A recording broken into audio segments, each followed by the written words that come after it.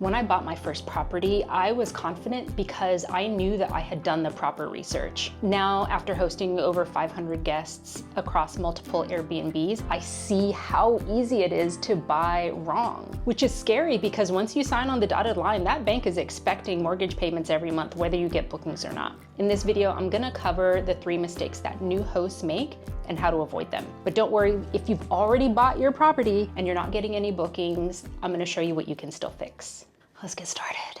The first mistake that new hosts make when buying a property is that they overestimate demand. And there's 2 reasons for this. 1, they don't understand what demand is, and 2, they're using bad data.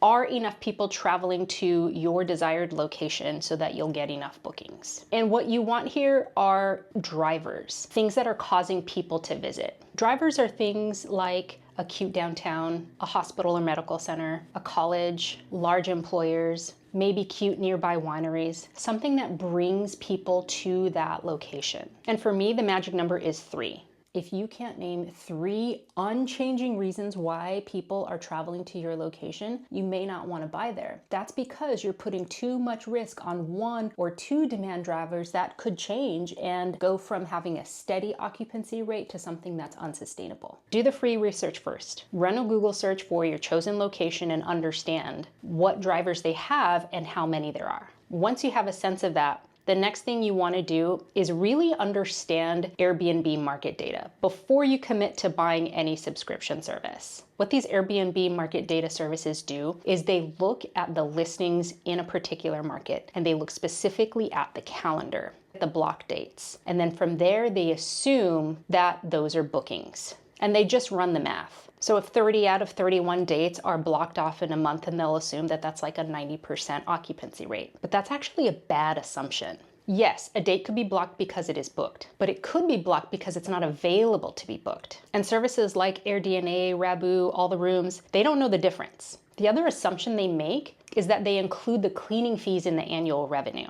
Now that you know that, the best resource to understand exactly how to separate the good from the bad Airbnb market data is John Bianchi. He's here on YouTube and he's the Airbnb data guy. Once you've done that free research, then you should feel confident in getting a subscription to an Airbnb market data analysis tool and using that to better understand the actual occupancy rate and how much you could earn. A property's looks don't matter if the neighborhood is completely wrong. First, you want to look at the neighbor situation. Is that home sharing any walls with a neighbor? If so, you may want to think again, because there's going to be noise either from the guests or from your neighbor, and it's going to cause an issue for you. I had to let go of a home that I co-hosted because of the neighbor. They were very noisy, they were very rude, and they harassed guests because they hated a short-term rental being next door. So if a property you like is in a neighbor where all of the homes are close together sharing walls,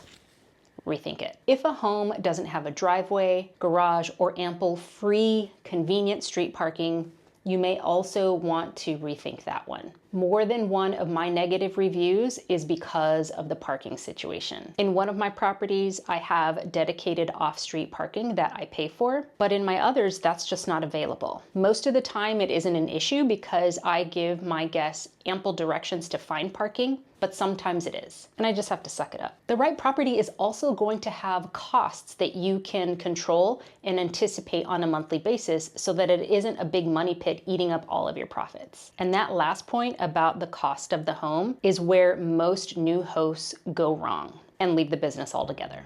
There are a lot of costs associated with running an Airbnb. You don't just have the obvious costs of your mortgage, utilities, internet, supplies. Those are all very real. But if you're not planning ahead, some of these costs can really sneak up on you. One is insurance. You'll need specific home insurance that covers short-term rentals. And that's usually not what an owner-occupied insurance policy will cover. I pay about $1,100 to $1,200 for my short-term rental insurance, which averages out to about $100 a month, but I just pay it annually. So make sure that you are researching insurance providers and costs before you sign on the dotted line.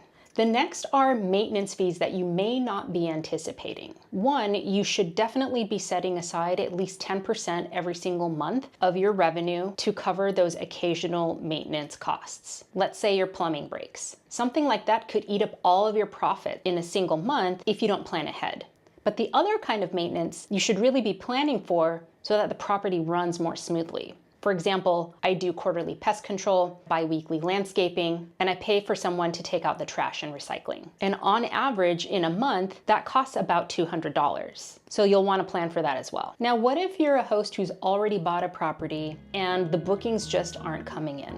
Let's talk about how you can fix that. The first thing is making sure that you are competitive from an interior design standpoint. Look at your local competitors and those who have a full calendar. What interior design style are they using? What colors are they using? How do their photos look? Make sure that you are at least on par with the highest performing listings in your market. Next is your outdoor space. And for me, it took a long time to understand just how important that is. My backyards were fine, but they weren't special. But last year I invested in a hot tub and I saw my winter bookings skyrocket. So now I'm going all in and making sure that my outdoor spaces are recreational wonderlands. So invest if you need a new deck, add a hot tub, paint a mural. Make sure that your outdoor space is as inviting as your indoor space. And I promise you those bookings will start to come in, especially if you're going to be the only one in your market who's offering that amenity. The hosts who win design the inside and the outside of their Airbnb to win from day one. Not every market or property works. Now you know how to avoid regret and fix it if you're already in and it's not working. If you're a new or aspiring host, hit subscribe so that you get more good content like this, and hit the notification bell so you know that every time I publish a new video. Thank you so much for watching. Bye.